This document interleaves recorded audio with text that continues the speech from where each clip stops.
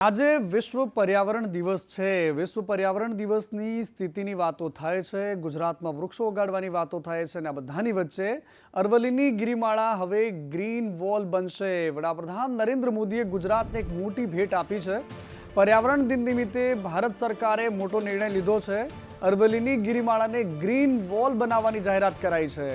શંકર ચૌધરી વિધાનસભાના અધ્યક્ષ છે, એમણે વડાપ્રધાન નરેન્દ્ર મોદીનો આભાર માન્યો। ગ્રીન વોલથી પ્રકૃતિનું સંવર્ધન થશે, રક્ષણ થશે અને અરવલ્લીનો પર્યાવરણીય વિકાસ નવી દિશા તરફ આગળ વધશે। ગુજરાતના પર્યાવરણ પ્રેમીઓમાં આ નિર્ણયથી ખુશીનો માહોલ છે, કારણ કે ભારતની ગ્રીન ઇનિશિયેટિવને મળશે એક નવું બળ અને ગતિ। પર્યાવરણ અને સંરક્ષણ માટે ભારત સરકારનું આ મહત્વપૂર્ણ પગલું છે।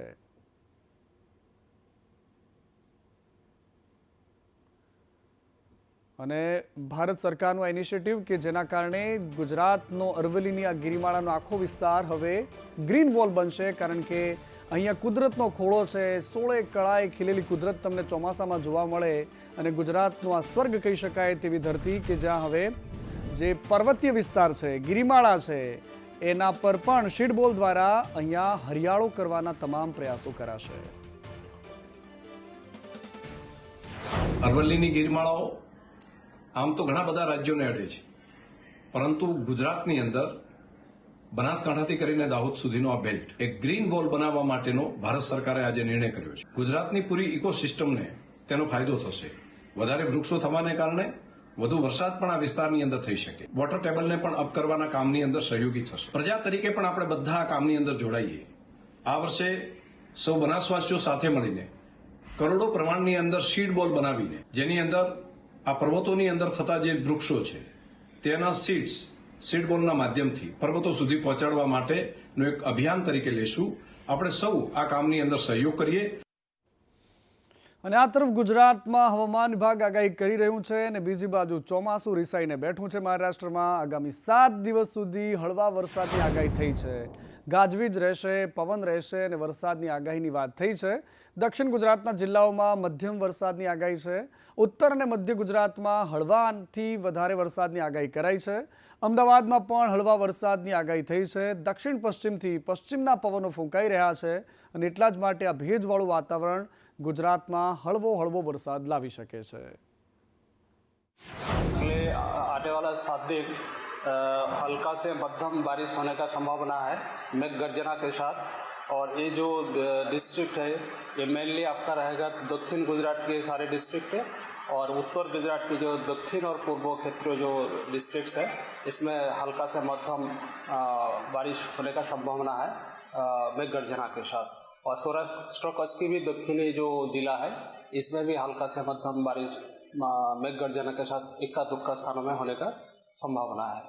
और जो उच्चतम तापमान का बात करें तो कल जो अहमदाबाद में रिकॉर्ड हुआ है 37.5 डिग्री सेंटीग्रेड, और कल के लिए हम लोग 38 डिग्री सेंटीग्रेड के लिए बोला है अहमदाबाद के लिए पूर्वानुमान।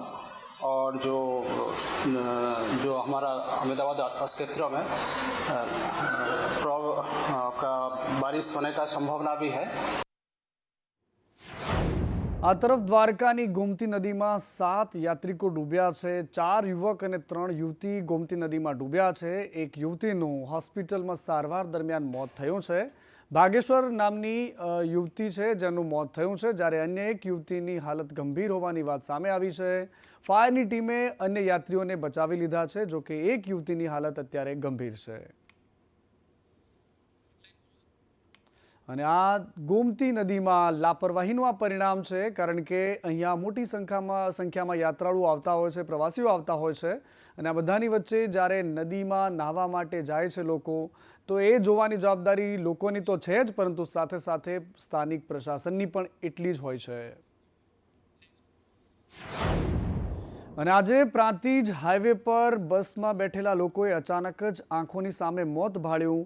એમને સ્વપ્ને પણ ખ્યાલ નહીં હોય, કારણ કે જે ડ્રાઈવરના ભરોસે બસ ચાલતી હતી એ પ્રાંતિજ એસટી બસના ડ્રાઈવરને હાર્ટ એટેક આવી ગયો। ચાલુ બસે દુખાવો ઉપડ્યો અને બસ ડિવાઈડર પર ચડી ગઈ। ડ્રાઈવરે સ્ટીરિંગ પરથી કાબુ ગુમાવ્યો। અકસ્માત સર્જાયો અને એમાં 15 મુસાફરોનો બચાવ થયો છે, જોકે સદનસીબે કોઈપણ જાતની જાનહાનિ નથી થઈ।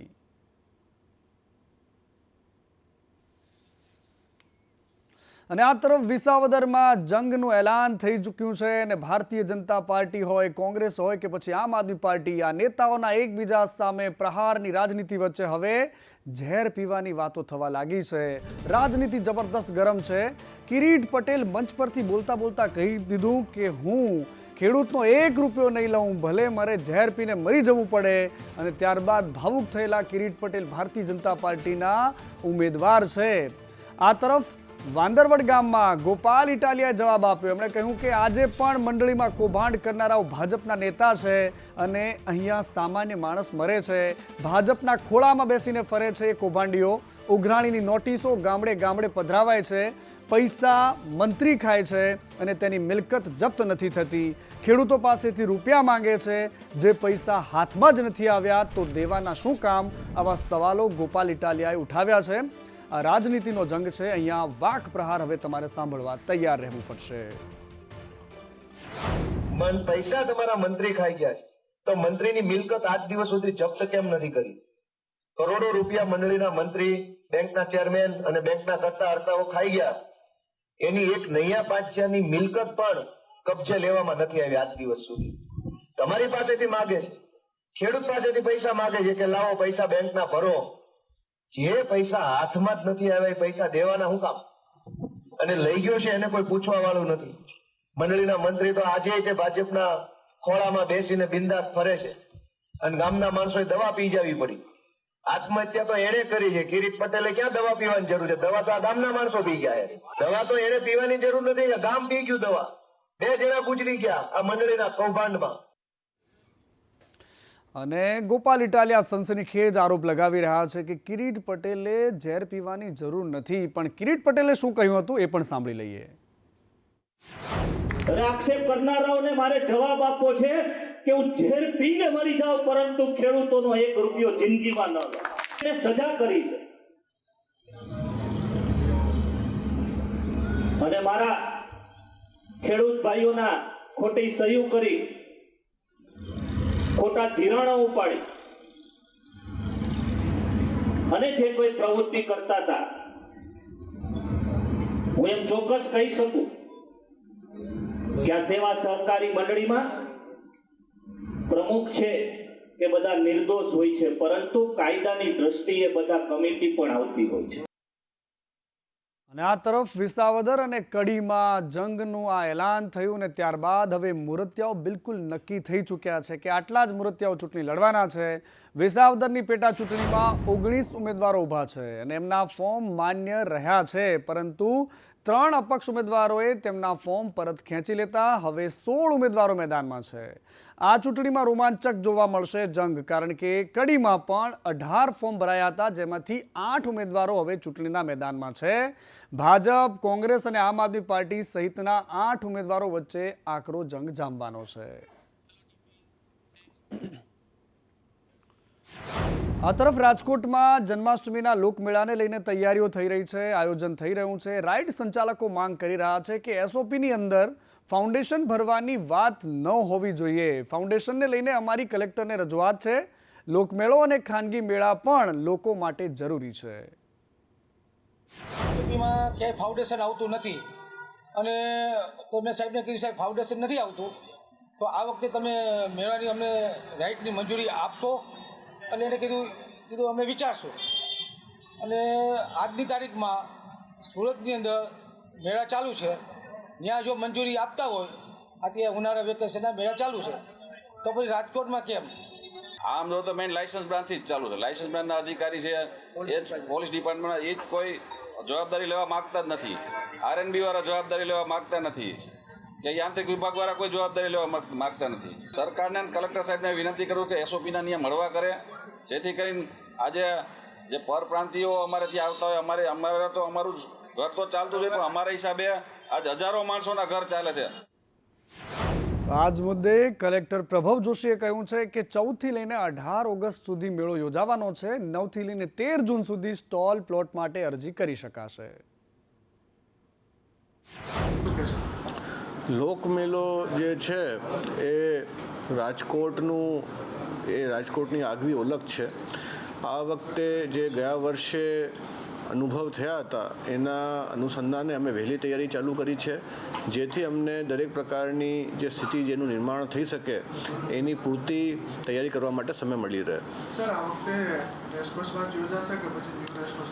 અમારી જે નેમ છે એ ન્યૂ રેસકોર્સમાં યોજવા માટેની છે, પરંતુ અમારે સમાંતર તૈયારી જૂની જગ્યામાં પણ કરવી પડે એમ છે. કારણ આ તરફ ભાવનગરમાં દબાણ હટાવની કામગીરીનો વિરોધ થયો. મનપા કચેરીએ લોકો રજૂઆત માટે પહોંચ્યા હતા. બોર તળાવ વિસ્તારમાં દબાણ હટાવની કામગીરી ચાલી રહી છે. તંત્રએ લારીઓ હટાવતા લોકોએ વિરોધ કર્યો. આસિસ્ટન્ટ કમિશનરને રજૂઆત કરવામાં આવી છે. તહેવારોમાં ધંધો કરવા આપશે અને પછી આગળ શું વ્યવસ્થા થાય અમને જાણ કરશે, એટલે એના વિશે અમને ખ્યાલ આવશે કે આગળ કઈ રીતે કરવું અમારે, કે આગળ ધંધો કઈ રીતે ક્યાં પથ્થરના આપે છે, જગ્યામાં કદાચ થોડો ઘણો ફેરફાર થાય કે પછી બીજો કાંઈ નિર્ણય બીએમસી લેશે એવું અત્યારે હાલ અધિકારીઓ કીધેલું છે. કે અમે અહીંયા શાકભાજીનો વેપાર કરવી છીએ. મારા જન્મનો તો એ મને યાદ નથી કે મારો જન્મ સ્થળ જ અહીંયા છે, અને અહીંયા લોકો અમને હેરાન કરે છે રોજ ને રોજ.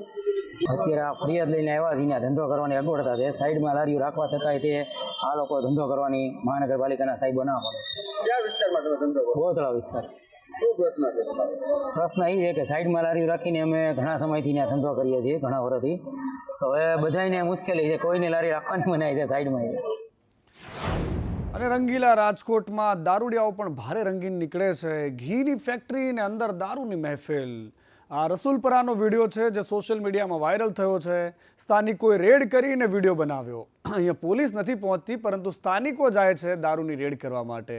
નકલી ઘી બનતું હોવાની વાત પણ ધ્યાને આવી છે, અને આ વાત આરોગ્ય શાખાને પણ કરવામાં આવી છે. આ દયનીય સ્થિતિ આપણા ગુજરાતની છે ને, એ પણ સુરત શહેરની. ઇન્વાઇટેડ કોમામાં સુરત શહેર કહી રહ્યો છું. બીજી તરફ વાત કરવી છે દ્વારકાની. દ્વારકાના ગોમતી નદીમાં હવે નાહવા પર પ્રતિબંધ મુકાયો છે. ડૂબવાની ઘટના બાદ હવે નદીમાં નાહવા પર પ્રતિબંધની જાહેરાત કરાઈ છે. જિલ્લા કલેક્ટર દ્વારા હવે આ નિર્ણય લેવામાં આવ્યો છે. લોકોને ગોમતી ઘાટથી દૂર રાખવામાં આવશે. યાત્રિકોને નાહવા પર પ્રતિબંધ લગાવવામાં આવ્યો છે. ગોમતી ઘાટ પર હવે પોલીસનો બંદોબસ્ત પણ જોવા મળશે.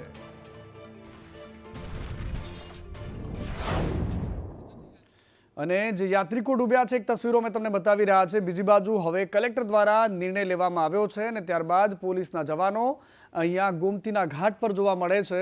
આ લાપરવાહી જ્યારે થાય છે તંત્ર દ્વારા, સામાન્ય લોકો દ્વારા, ત્યારે આ પ્રકારના પરિણામો સામે આવતા હોય છે. અને ત્યારબાદ રહીને દર વખતની જેમ આ વખતે પણ તંત્ર જાગ્યું છે.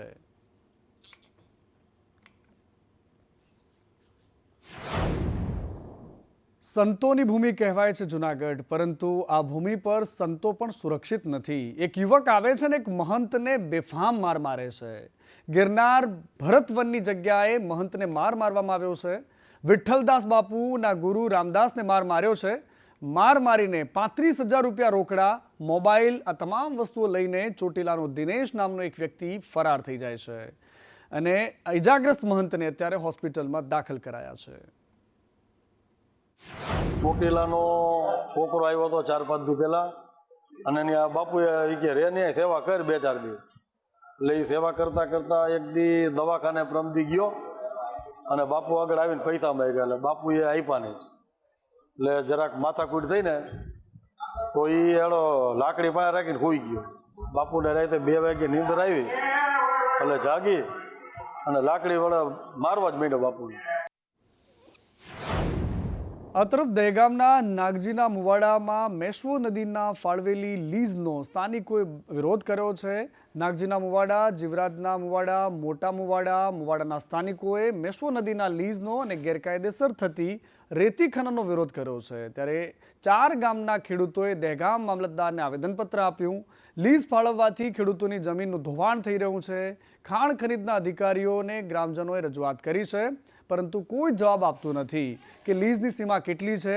પૂર્વ સરપંચે જણાવ્યું કે લીઝ રદ નહીં કરવામાં આવે તો ગામને રેવન્યુ વિલેજનો દરજ્જો નહીં મળે તો ગ્રામ પંચાયતની ચૂંટણીનો બહિષ્કાર કરવામાં આવશે.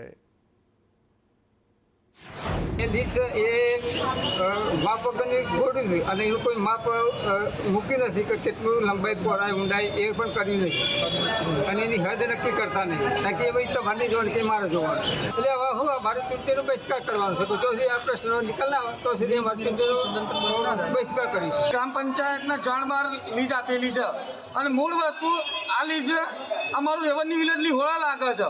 લીજ સદંતર બંધ કરવાની છે અને જ્યાં સુધી રેવન્યુનો દરજ્જો નહીં મળે ત્યાં સુધી અમે આ ગ્રામ પંચાયતની ચૂંટણી છે, પછી આગામી કોઈ પણ ચૂંટણી આવશે તો દરેક ચૂંટણીનો અમે બહિષ્કાર કરીશું.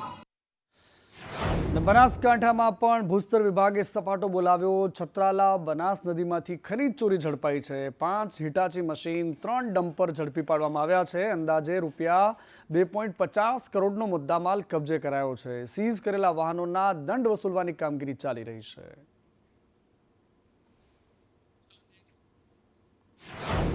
આ તરફ ભાણવડ તાલુકા પંચાયતના કર્મચારીઓ પર આક્ષેપ થયા છે. કર્મચારીઓ રૂપિયા માંગતા હોવાના આરોપ લગાવાઈ રહ્યા છે. નરેગા અને બાંધકામના વિભાગમાં ભ્રષ્ટાચાર ચાલે છે. તાલુકા પંચાયતના પ્રમુખે ભ્રષ્ટાચારના આક્ષેપ કર્યા. કોંગ્રેસ તાલુકા પ્રમુખ મુકેશ વાવનોટિયાએ આક્ષેપ કરતા વિડીયો રિલીઝ કર્યો અને સોશિયલ મીડિયામાં વિડીયો વાયરલ થઈ રહ્યો છે. વારંવાર એવી રજૂઆતો આવે છે કે ભાઈ ભાણવડ તાલુકા પંચાયતમાં કામ કરવા જઈએ તો ત્યાંથી પૈસા માગવામાં આવે છે. નરેગા શાખામાં જઈએ, વાઢિયા ઘાસની બાબત હોય તો પૈસા માગવામાં આવે છે અને બાંધકામ શાખામાં જઈએ તો અન્ય બાબતથી પૈસા માગવામાં આવે છે અને વિસ્તરણ હોય કે અન્ય કોઈ બી શાખા હોય એમાંથી વારંવાર આવી વિસ્તારમાંથી રજૂઆતો મળે છે. અને આ તરફ અમરેલીમાં રેશનિંગનો શંકાસ્પદ જથ્થો ઝડપાયો છે. ખાંભા તાલુકાના ડેડાણ ગામેથી આ જથ્થો ઝડપાયો છે, જેમાં ઘઉં છે, ચોખા છે અને એની સહિતનો ઘણો બધો સામાન છે. હીરાભાઈની વાડીમાંથી શંકાસ્પદ ઘઉં અને ચોખા ઝડપાયા. 250 કિલો ઘઉં, 644 કિલો ચોખાનો જથ્થો ઝડપાયો છે અને ગેરકાયદેસર રેશનિંગનો જથ્થો વિસાવદર જવાનો હતો. જે ઈટુનો ભઠ્ઠો ચલાવતો હોય તેમાં આવેલ એક ઓરડીમાં ઘઉં તથા ચોખાની ગુણો જે ફેરી મારી અને ગામેથી ઉઘરાવી અને ત્યાં જથ્થો સંગ્રહ કર્યાની બાતમી મળતા તે અંગે અમો તપાસ કરતા ત્યાંથી કુલ ઘઉં 250 કિલોગ્રામ તથા ચોખા 644 ગ્રામ બિનકાયદેસર ગેરરીતિ કરી અને સંગ્રહ કરેલાની બાતમી આધારેથી જથ્થો પકડાયેલ છે. અને ભૂલમાં પણ નાની એવી લાપરવાહી કે ભૂલી જવાની આદત ક્યારેક તમને એટલા હેરાન કરી મૂકે છે કે જેની તમે કલ્પના પણ ન કરી હોય. ખેરાલુમાં એક મહિલા છે 44 વર્ષના. એમને થોડા મહિનાઓ પહેલાં શ્વાનનો નખ વાગ્યો અને એ વાતને એમણે ઇગ્નોર કરી, પરંતુ જે હાથે નખ વાગેલો તે હાથ 2 મહિના પછી પાછો જકડાવા લાગ્યો. 2 મહિના બાદ શરીરમાં લકવાની અસર થઈ ગઈ. તબીબોએ રિપોર્ટ કર્યો, પુણે મોકલ્યો અને ત્યારબાદ ખબર પડી કે આ બેનને હડકવા છે. શ્વાનનો નખ વાગ્યા બાદ મહિલાએ રસી નહોતી લીધી અને એટલા જ માટે એનું મોત થયું છે. હવે આ ઘટના ઘણા બધા લોકો માટે સબકરૂપ છે, કારણ કે નાની નાની ઘટનાઓમાં જો તમને શ્વાનનો નખ વાગે છે અથવા તો શ્વાન તમને બચકું ભરે છે તો બિલકુલ લાપરવાહી રાખવાની જરૂર નથી. રસી લેવી બહુ જરૂરી છે. આ તરફ આણંદના મસાલા પાપડમાં ઈયળ રમતી જોવા મળે છે. વાસદની સત્યનારાયણ હોટલનો આ વિડીયો વાયરલ થયો છે. મસાલા પાપડ મંગાવ્યો હતો, પરંતુ અંદર જીવતી ઈયળ મોજ કરી રહી છે. ગ્રાહકે વિડીયો બનાવ્યો અને સોશિયલ મીડિયામાં અપલોડ કર્યો. કતરોજ પિઝામાંથી પણ માખી અને વાળ મળ્યા હતા. આણંદના ફૂડ એન્ડ સેફ્ટી વિભાગની લાલિયાવાડી સામે આવી હતી, પરંતુ આ તસવીરો બે અલગ અલગ છે, પરંતુ ચાડી એક જ જગ્યાએની ખાય છે કે કેવી રીતે આરોગ્ય તંત્ર ઊંઘ્યું છે અને સામાન્ય માણસો આવો કચરો ખાઈ રહ્યા છે.